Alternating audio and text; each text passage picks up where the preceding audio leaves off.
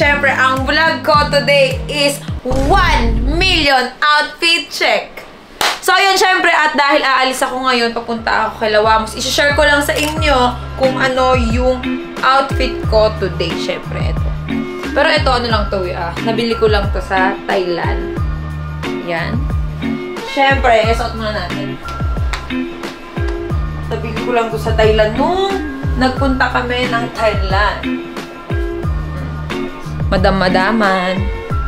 Tapos, syempre, lagyan natin ng may paribon yan. Mumurahin lang to, parang nasa 3,000 pesos lang sa pera natin. Kasi since mahilig ako sa mga bags, so ngayon, isi-share ko sa inyo kung ano yung mga outfit ko. Wait lang. Yan. Okay. Ito yung napili kong outfit today. Syempre, ang gagamitin ko ay ang Hermes na bangle. Ayan. Ito guys, mga nasa 50,000 lang yung bili ko dito. Nung nasa Malaysia ako, nung last year. Ayan, hilig ko magpunta sa Malaysia. So, doon ko siya nabili. And then naman sa watch. Yan, gagamitin natin today is yung Rolex na with diamond. Ito is nagkakahalagang 400,000 plus. Mga ganon, hindi ko na masyadong matandaan kung ano.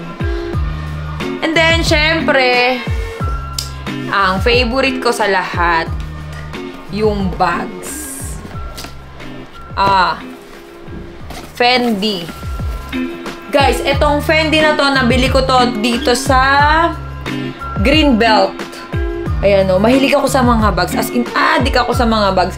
Ayan o, meron siyang balat ng snake. Yung tinatawag na python. Ang tawag dito sa bag na to ay, ang tawag dito sa bag na to, Fendi Peekaboo. Diba, ang ganda. Tapos, ang ginawa ko dyan, syempre, bumili ako ng strap ng Fendi. Tignan nyo.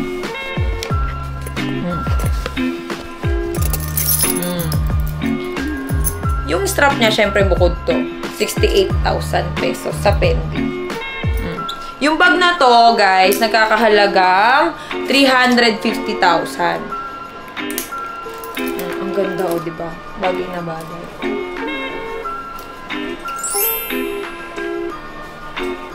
Diba? Outfit check. Tapos, syempre, bago tayo umalis, kailangan. So, yun guys, syempre, gagamitin ko is yung DNG na shades.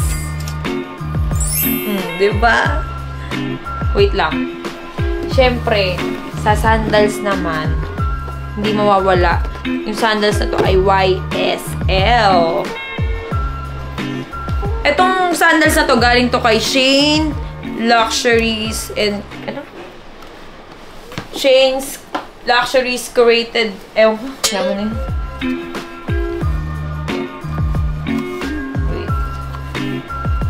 YSL. Siguro mga ano lang to, mga 60,000, mga ganun. Ganda, o, diba? Yan. Paano to? Yung kuko ko, burungol. Kasi, meron akong interview ngayon kay Wamos. In-invite niya ako. So, kailangan ang outfit natin ay pandiinan. Para ka lang magmamall.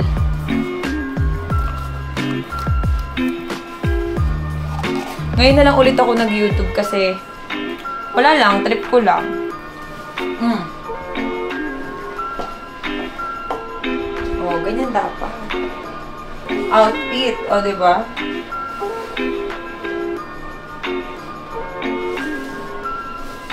Tapos yung bag, and then yung shades, diba? Ganun yun. Kahit hirap na hirap ka nang maglakad, tiisin mo. Papakita mo lang pretty ka. Ganon. Diba? Tapos, syempre, mawawala ba yung necklace dapat? Wait lang. Okay. Yung necklace na susuotin ko, syempre, is yung yung nabili ko sa Singapore. Nung nag-Singapore ako. Itong necklace na to ay ano lang, 250K.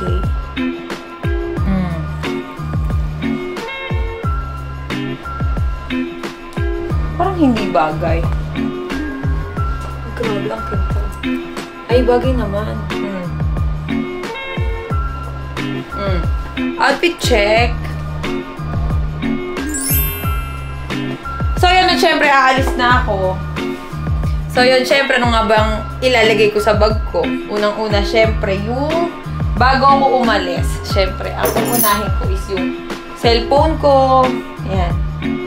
Cellphone. Tapos, syempre, wallet, mga cards. Ganun.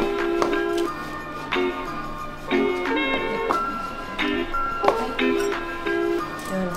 Tapos, syempre, hindi mawawala yung kasi lagi ako nagsasounds.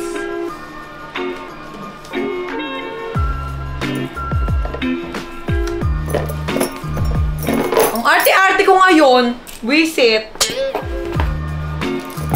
Ubarin ko yung sandals kasi hindi ako sanay. Mamaya na lang ako magsusuot nito. Pag nandun na ako sa show. Tsaka muna.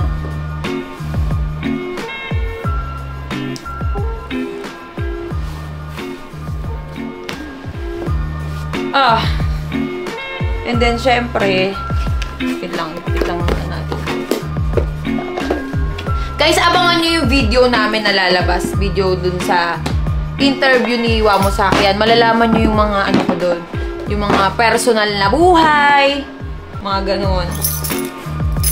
Yun yung abangan sa upload ni Wamos Cruz. Sa paa. Tapos, ano pa ba? Cellphone ko.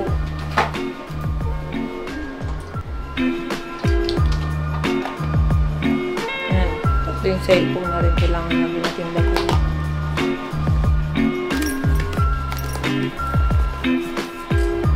So, yun lang. Siyempre, yun lang yung outfit ko. Tapos, guys, nga pala, lagi na ako mag-vlog dito sa YouTube. Papakita ko sa inyo everyday kung ano yung outfit ko. Yun lang.